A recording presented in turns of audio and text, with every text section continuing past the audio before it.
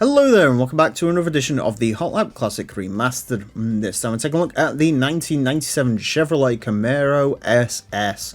Our final Camaro to look at in this game. And speaking of looking at it, this race mod is one that I never knew existed. I don't think I've ever seen this before in this game. This is, the race mod for the Super Sport.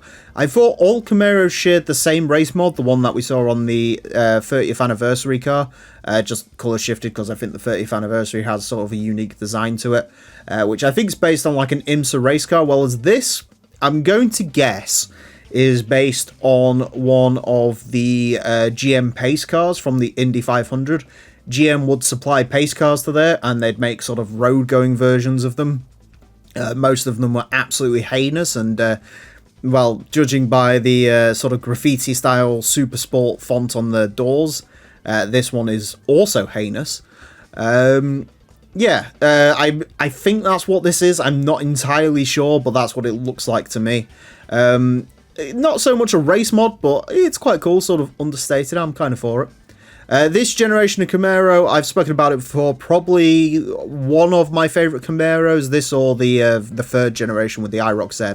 That one's very cool as well, but this Camaro, the later one's called the Catfish. This is definitely a Camaro I'm a big fan of, so which I don't usually say about Camaros, so it must be true. Front engine, rear-wheel drive, 622 horsepower, 1,333 kilos. They've been pretty darn quick around our course, so yeah, it'll be interesting to see how this one gets along. It's going to get 6 laps of the Motorsports Land track in order to set the best time it possibly can. Our current leader is the Audi TT LM Edition. That car set a time of a 26.690. This car unlikely to beat that. In terms of Camaros, though, they are insanely quick around this course, the two 4th gens we've had. Well, actually saying that, even the first gen, the Z28 302, is easily the quickest of the classic muscle cars. And in terms of pure muscle cars, not obviously stuff like Vipers and Corvettes, these are absolutely destroying the Mustang. The 30th anniversary, bear in mind, was one of the first cars to go around.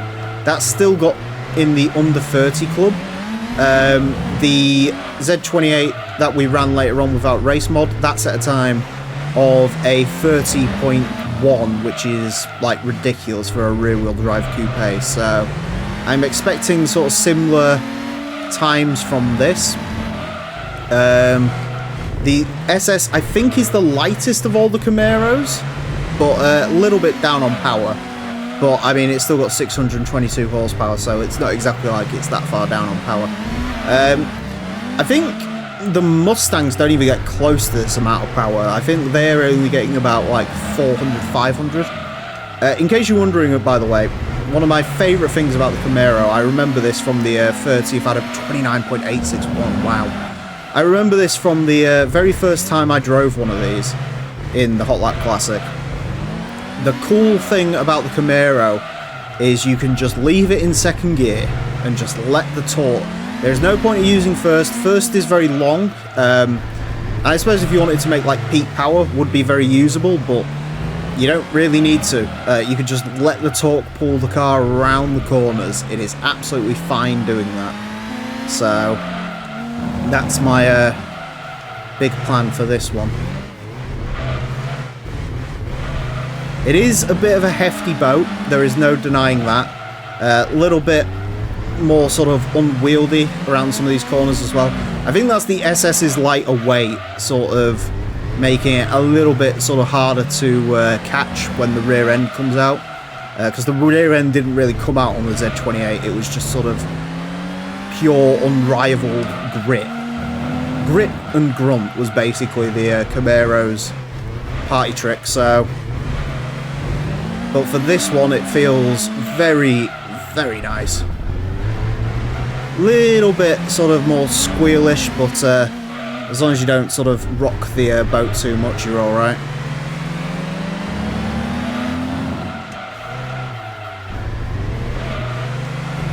To the line, 29.475. Wow, from a rear-wheel drive coupe like this. That's phenomenally quick. That is, to be honest with you as well, I sort of messed up a little bit in that final sector. That's insane from this. Yeah, I knew, yeah, I don't know what to say. I mean, that makes this quicker than, I think, I previously sort of put the position of, as long as you like, sort of discount Vipers and Corvettes. This is now quicker than a Viper, and I mean, the previous Camaro was quicker than a Corvette, so this is now the quickest muscle car we've had go around the course, point blank. That's ridiculous. That is absolutely insane from the Camaro. I know I lost a little bit of time in that final sector. I think there's probably like a bit more of a 29.4 in there. You could probably make it a little bit more convincing, but wow. That's just insane from the Camaro. A 29.475 will place this into 94th. It splits the Subaru Impreza WRX sedan and the Subaru Impreza WRX wagon. It's quicker than those. It's quicker than a Forester, quicker than a Forester, quicker than a Lancia Delta HF Integrale, quicker than the fastest Stagia, quicker than an Escort rally car. It's quicker than the RX-7 A-Spec, quicker than a Lister Storm, quicker than a Shelby Cobra Daytona, quicker than a bunch of Skylines, Roof BTR2, quicker than a Viper GTSR, quicker than a Viper GTS, quicker than a CVR Cerberus Speed 6. It is, like, in terms of rear-wheel drive cars quicker than this, the Type R BRX7, some of the GT300 cars, TVR Tuscan, but that's like serious machinery. That is deeply impressive from the Camaro SS. Yeah, what a way to sort of write out your legacy there. That is... I don't think we're going to have any muscle car come close to beating that. We'll certainly try, but I don't think we're going to be beating it. Anyways, that is it for this episode. Thank you all very much for watching. Join me next time when I will be driving something completely different. Until then, farewell.